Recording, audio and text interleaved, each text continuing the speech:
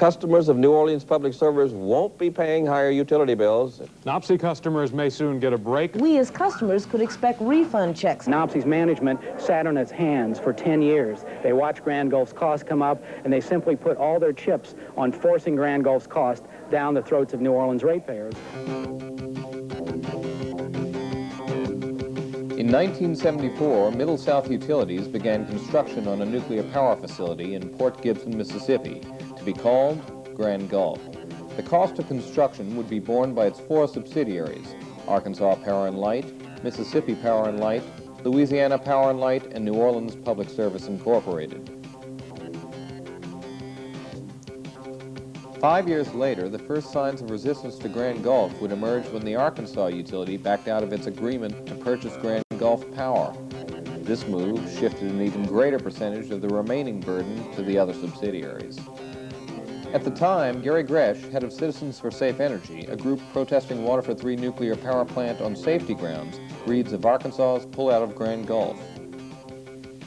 And from a question of simply nuclear power as a safety issue, we began to see how nuclear power was being fit into the local utility company, how the local regulatory agencies, meaning the City Council of New Orleans and also the Public Service Commission, were dealing with these new power plants. And we could see, therefore, that there was no question here more than just safety. There was a question of economics. In 1980, during a routine rate increase hearing, the City Council learns of NOPSI's obligation to purchase 29% of Grand Gulf's power output. In response to questioning by Councilman Brod Baggert, NOPSI's Jim Kane assures the Council that Grand Gulf Power will be a boon to New Orleans ratepayers, saving them $1.7 million per year in reduced utility bills. Besides, he says, if the city doesn't wish to pay for Grand Gulf, it doesn't have to. Both assertions are patently false. 1 year later, the city incredibly gives up regulatory control via a Thanksgiving weekend referendum wholly paid for by NOPSI. It was a single-issue referendum, and NOPSI was able to win this referendum vote, which transferred regulatory power away from the City of New Orleans to the Public Service Commission in Baton Rouge. The reason that this took place was because the utility companies understood that they had a number of nuclear power plants that they wanted to bring online, and they thought it would be easier to deal with one centralized regulatory agencies than a couple of disparate agencies around the state. Also during this period, Citizens for Safe Energy and others proposed a municipal buyout.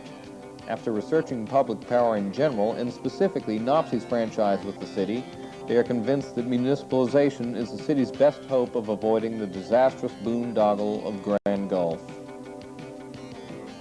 In January of 1983, with mounting community pressure and embarrassed by its blunder in relinquishing regulatory power over NOPSI, the city appoints the Task Force on Municipalization and Alternatives. It is headed by UNO professor Bobby DuPont. 2 years later, after a lengthy investigation, the task force returns its verdict on municipalization with a resounding yes in favor of an immediate buyout.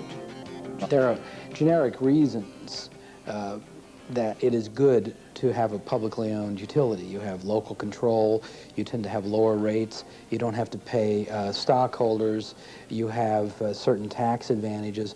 There are reasons that it's good just on its face to have a publicly owned utility. But in this circumstance, we thought, hey, we may be able to buy out this utility and avoid Grand Gulf's costs. On January 21st, 4 days after the task force renders its findings, the city finds itself under a rolling blackout. Nobody really knew what was going on. So when the television's electricity came back on, we were able to watch television, and the utility companies came on the air and said, look, the lights went out, there was a freeze. If the people who are opposing the nuclear plants would get out of the way of the licensing of those plants, hey, we wouldn't have these kind of blackouts. In May of '85, after rallying an increasing level of support over the years, Gary and other community activists who would later form the Alliance would achieve a major victory for their relentless work over the preceding 5 years. It was clear to the great majority of the citizens. We got 63% of the vote. It was the utility companies spent millions of dollars in opposition to this proposition in 1985, we still beat them. And it was because we were right. We needed our own local control. And that was the engine that really shot the Alliance for Affordable Energy into orbit. The remainder of 1985 was spent rallying community forces against a NOPSI-proposed rate hike of 60%.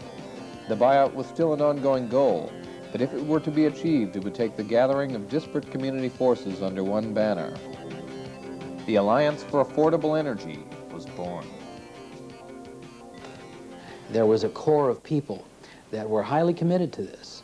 And I was one of them: Tom Lowenberg, Karen Wimpelberg, Betty Wisdom, Stuart Phillips, many, many people like this. And we made a decision jointly that, hey, we've got to do this right. We've got to get funding. We've got to have an office. We've got to do this full-time, because all of us were doing it part-time largely. And in order to do a watchdog function effectively, you've got to be full-time. And that's what we've been able to do. Either the old year ended with a bang or the new year was rung in with great promise as Gary receives Gambit's New Orleanian of the Year award for his work in helping the city regain regulatory control of NOPSI. With a new office to work out of and a sense of growing support, the Alliance continues to pursue the larger goal of a utility buyout while continuing to define itself as a champion of good government. During Jazz Fest, the Alliance hands out thousands of checks made out to NOPSI for $165 million with stop payments stamped on them. Hundreds of angry ratepayers mail them into their council members. Simple device, the checks nonetheless focus public awareness in a graphic way. The heavy response lets city council members know that New Orleans wants no part of Grand Gulf nuclear power. Feeling the heat from the Alliance's relentless efforts to rally the community against Grand Gulf, NOPSI embarks on an expensive ad campaign designed to dampen growing community support for a buyout. They hope in the process to reverse the decline in their badly sagging public image. What we have now is a privately owned company, pretty much with the professional expertise, and I continue to allude to that because that is so very important here. Well, first of all, honesty. Tell the people how it really is. And I think that you would get the greatest amount of economy in a public company, such as NOPSI, that is privately controlled, if that company will hold itself up for public scrutiny. The Alliance responds with a simply worded public service announcement. At the same time, they file a fairness doctrine suit against WWL for failing to air the spot in balance to the NOPSI campaign. Did you know that your electric bill is going to double? Why? Because NOPSI wants you to pay for a $4 billion mistake, Grand Gulf Nuclear Power Plant. NOPSI never even asked the City Council for permission to buy Grand Gulf. Fortunately, there is a way out. The city has the right to buy NOPSI without paying for Grand Gulf, but we must act now.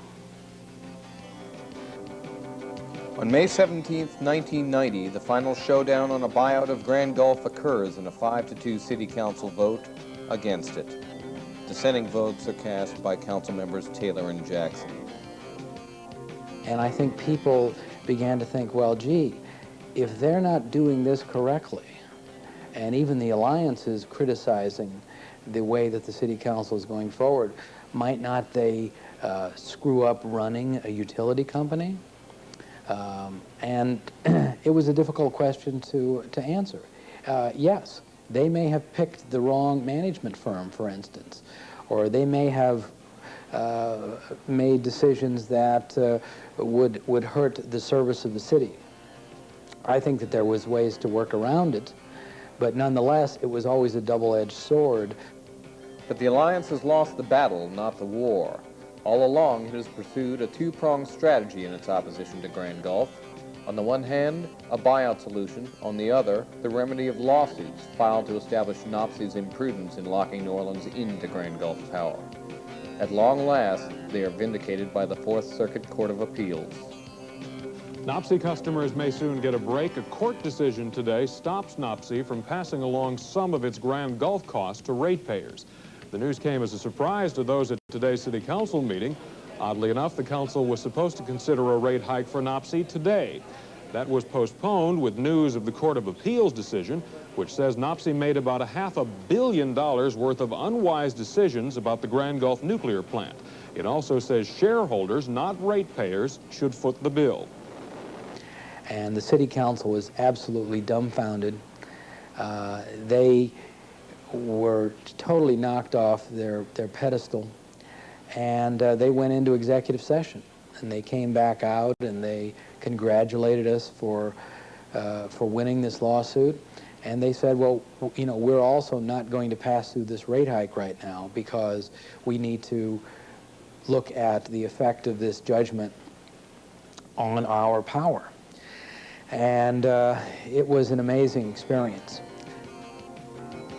A major thrust of the Alliance's efforts over the years has gone towards promoting a least-cost energy strategy for the city. They've hired nationally respected expert Emery Lovins to do a least-cost plan for New Orleans. Least-cost planning is a strategy that utility companies are using all around the country in order to keep down utility demand for power. There's two things that can be done now. We can either keep power demand down, or we can build new expensive power plants. What's happening in California, what's happening in Massachusetts, is that they're investing in energy efficiency, and they're finding that it's cheaper to invest in efficiency than it is to build new power plants. Every grassroots organization needs a patron saint, and in Betty Wisdom, the Alliance found one. Her unflagging support for the Alliance has been central to its success.